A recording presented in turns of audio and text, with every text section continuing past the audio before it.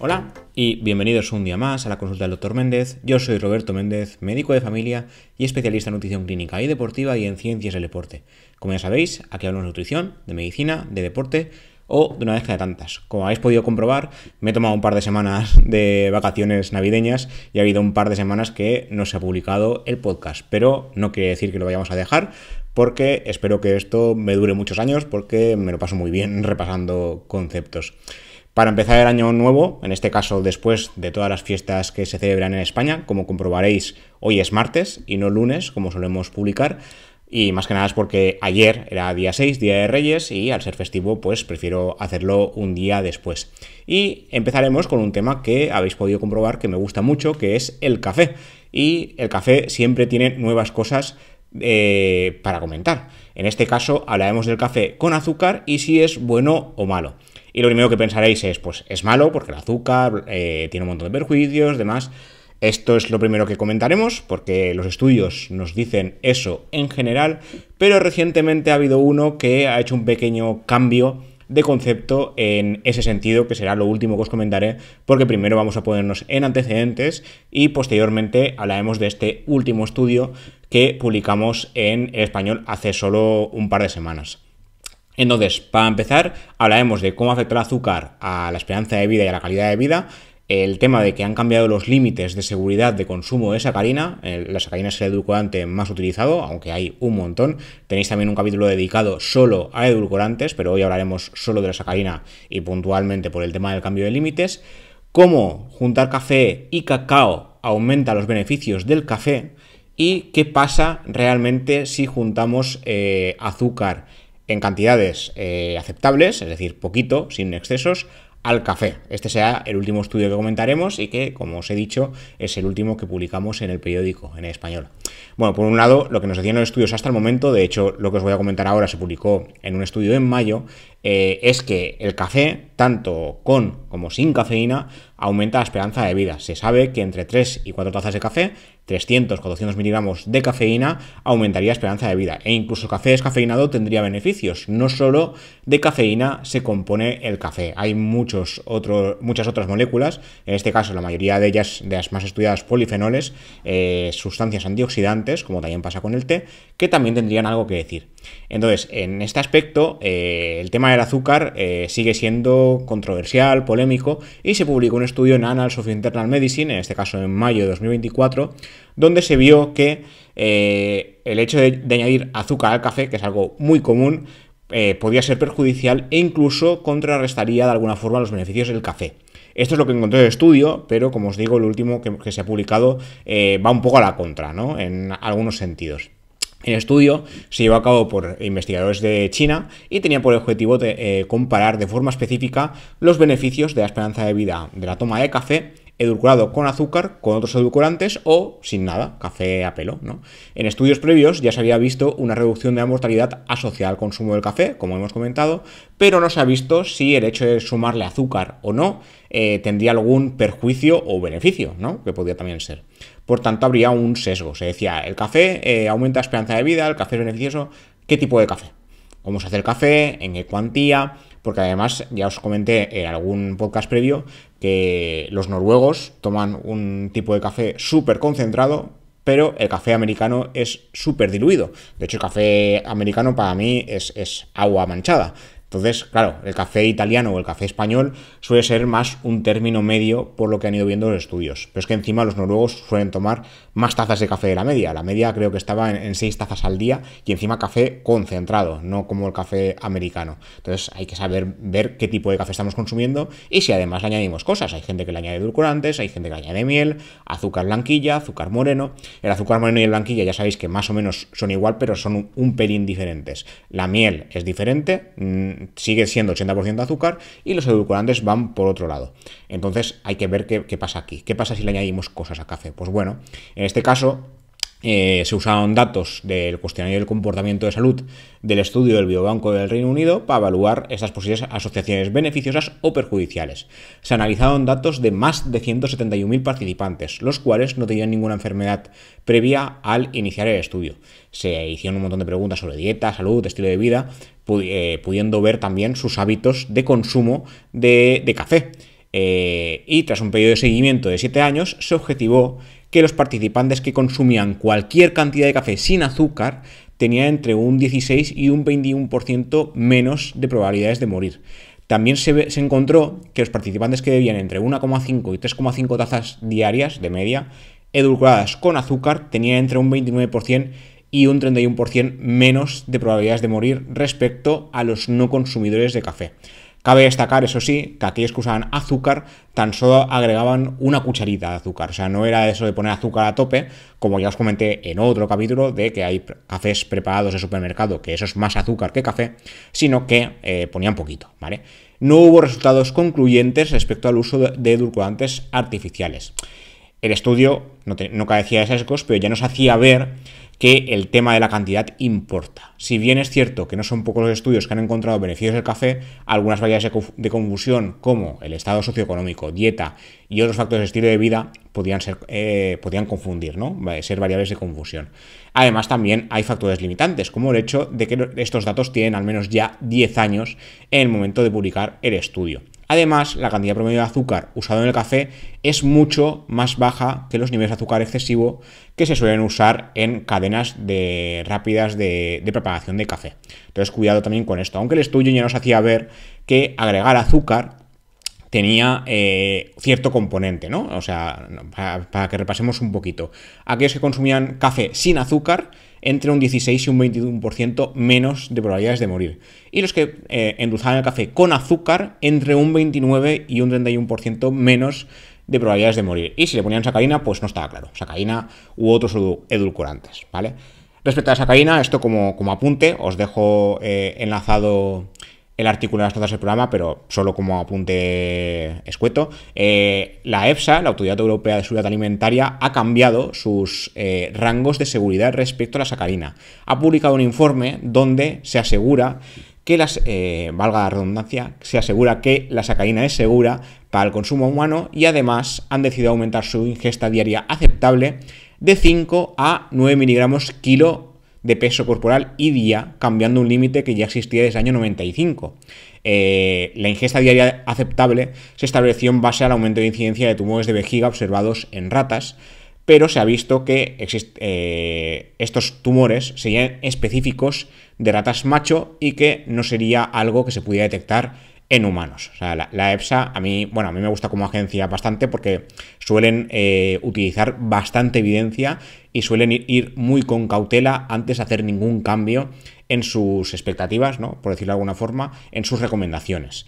Porque no suelen ir a pelo de un par de estudios y ya está. Tardan años y recopilan muchísima información antes de hacer ningún cambio, sobre todo en el tema de seguridad de este tipo de edulcorantes y demás. Igual que otras veces pues tienen que lanzar avisos, como pasó con el tema del aspartamo y otros, ¿vale? Luego, ya por otro lado, ya os decía que esto era un apunte un poco escueto, ¿qué pasa si le sumamos cacao al café? Aparte de que puede estar más bueno o menos, dependiendo de si nos gusta el cacao en polvo, que suele ser cacao puro. Siempre recomiendo que sea cacao puro, o sea, no os pongáis cacao con azúcar, porque no os voy a decir marcas porque ya las conocéis, pero los típicos preparados de cacao con azúcar suelen ser más azúcar que cacao, ¿vale? Últimamente lo que están haciendo es como con las bebidas refrescantes que les quitan azúcar a cambio de ponerse edulcorantes. Claro, un exceso de edulcorantes, porque cuando lo bebemos, cuando es en estado líquido, solemos tender al exceso, tampoco es bueno. Entonces, cuidado con esto, porque los preparados suelen llevar mucho azúcar, no una cucharadita, mucho azúcar. Entonces, preferiblemente cacao en polvo. Volviendo al estudio, en este caso, lo que se vio es que el hecho de aumentar el consumo de café para tener más cafeína no sería la solución viable, porque un exceso de cafeína también es malo, ¿vale? Pero sí que podemos provocar una duplicidad de sus efectos. Me explico. Tomando la misma cafeína, según los componentes que le añadamos a ese café, el efecto de la cafeína puede ser hasta el doble. ¿Qué componente sería en este caso? Bueno, pues lo que se vio en ese estudio es que añadir cacao en polvo al café duplicaría los efectos de la cafeína sin duplicar la cantidad de cafeína como tal. Es decir, si ponemos un expreso de 100 miligramos de cafeína, por ejemplo, y le añadimos cacao, sus efectos podrían ser equivalentes a 200 miligramos de cafeína, a pesar de que solo tengamos 100, ¿vale? Si pensamos en una manera de conseguir que el café por la mañana sea más efectivo, la primera solución que nos viene es agregarle más azúcar, porque el azúcar se supone que tiene un efecto activador. Bueno, esto lo explicaremos después en el último estudio, pero lo que se ha visto es que es algo más sencillo. Un estudio que se publicó a cargo de la Universidad de Clarkson y la Universidad de Georgia sugirió que añadirle cacao en polvo al café podía ser una solución en lugar de añadirle azúcar. Es muy posible que muchas personas piensen que no lleva cafeína o que es imposible que sea estimulante, pero el cacao en polvo contiene naturalmente una sustancia similar a la cafeína, que es la teobromina, que ya hemos hablado de ella. De hecho, también contiene cafeína, ¿vale? Una porción de 100 gramos de cacao en polvo sin azúcar, cacao puro, insisto, tiene 220 miligramos de cafeína. Esa sencilla y deliciosa mezcla activaría la mente, según los investigadores, lo que no solo nos ayuda a estar más despiertos, sino también a tener más facilidad de cara a concentrarnos y ser más productivos.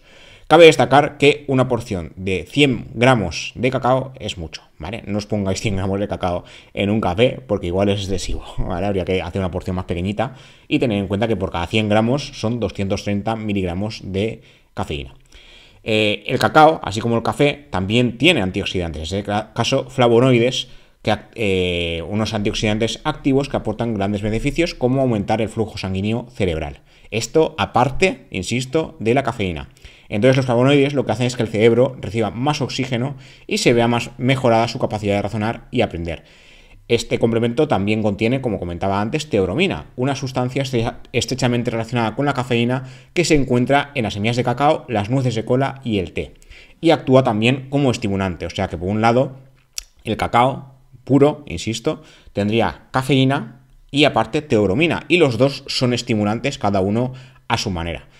El café proporciona a muchas personas, la conjunción, ¿no? La combinación de cacao y cafeína haría que también disminuyese la ansiedad y el estrés, aunque sean estimulantes. Y los flavonoides del cacao también tienen efectos antiinflamatorios, aparte de mejorar el flujo sanguíneo, también relajarían los vasos sanguíneos y mejorarían el control glucémico, el control del azúcar en sangre. Así que no hace falta siempre sumarle azúcar al café para que esté mejor o para que tenga más efectos la cafeína, sino que podríamos ponerle pues cacao. Y el último estudio que os quería comentar, este es el último que publicamos en el periódico en español, es que por casualidad, cuando le estaban dando combinaciones de café a unos ratones, se dieron cuenta de que combinar sacarina y azúcar, o alguno de los dos por separado, tenía unos efectos que no se esperaban, ¿vale? El café y su componente estrella, la cafeína, se han estudiado mucho y hasta no hace mucho se consideran prácticamente tóxicos. De hecho, algunas religiones aún hoy en día siguen equiparando el consumo de café, bueno, de cafeína en especial, pero de café, con el consumo de alcohol o tabaco. O sea, lo ven como un tóxico porque antiguamente así era, ¿vale? Pero un nuevo estudio destierra este perjuicio. Asociar azúcar o sacarina no sería perjudicial, ya se vio en el primer estudio que os he comentado, de que aumenta la esperanza de vida, sino que sería al contrario siempre y cuando no caigamos en los típicos excesos, ¿vale? Entonces eso es muy importante. El estudio se publicó en NPG Science of Food y, como muchos sabemos, el café es la bebida más consumida del mundo, bueno, después del agua, obviamente, especialmente en estudiantes universitarios, trabajadores por turnos o en general, pues si nos gusta el café y nos viene mejor tomarlo por la mañana para empezar el día. Yo, por ejemplo, pues todas las mañanas me tomo un café, aunque no trabaje, porque simplemente el café me gusta, como habéis podido comprobar en los múltiples episodios que tenemos aquí. La cafeína, ya hemos hablado antes de que reduce la sensación de fatiga, estimula una actividad cerebral, porque lo que hace la cafeína, que no os lo comentaba al principio, pero como recordatorio, cómo funciona la cafeína, o sea, qué hace en nuestro cerebro, pues lo que hace es bloquear un neurotransmisor llamado adenosina, cuya función final, la adenosina hace más cosas, obviamente, pero la función final es mandarnos a dormir. Entonces, cuando la cafeína bloquea la función de la adenosina, o sea, se pone en su receptor, lo que hace es evitar que la adenosina ejerza su función, ¿vale? De hecho, el café se ha visto que este bloqueo lo hace en 15 minutos. O sea, cuando tomamos café, la cafeína funciona a los 15 minutos de tomarla, es súper rápida. A nivel de vía oral hay fármacos que tardan más, para que os hagáis una idea. Se suele creer, como ya decíamos con el tema del cacao, que más es mejor, y mucha gente lo que cree es que tomar más cafeína será mejor, pero excederse también es contraproducente y no siempre es buena idea. Y lo que pasó en ese estudio es que un grupo de investigadores de la Universidad de Hiroshima, en Japón, descubrieron por accidente una forma de potenciar los efectos de la cafeína. Os leo textualmente lo que dijeron porque la verdad es que fue una serendipia, ¿no? Un descubrimiento por casualidad. Estamos examinando las características del comportamiento de ratones macho durante el consumo de agua con cafeína endulzada y nos encontramos cambios de comportamiento interesantes que no esperábamos. Por eso centramos nuestras investigaciones en los efectos del azúcar. Los investigadores lo que hicieron fue alimentar a los ratones con agua que contenía un 0,1% de cafeína junto a un 1% de sacarosa, azúcar, o un 0,1% de sacarina. Para que os hagáis una idea, esta cantidad sería equivalente a la mitad de cafeína que un ser humano consume en una taza de café expreso, es decir, 50 miligramos de cafeína en un ser humano, mientras que el azúcar equivaldría a una décima parte de lo que contiene una bebida energética típica. Esto es un poco engañoso porque una bebida energética contiene mucho azúcar, ¿vale? Cada vez menos, pero bueno, es lo que dijeron los investigadores para que tengamos una idea.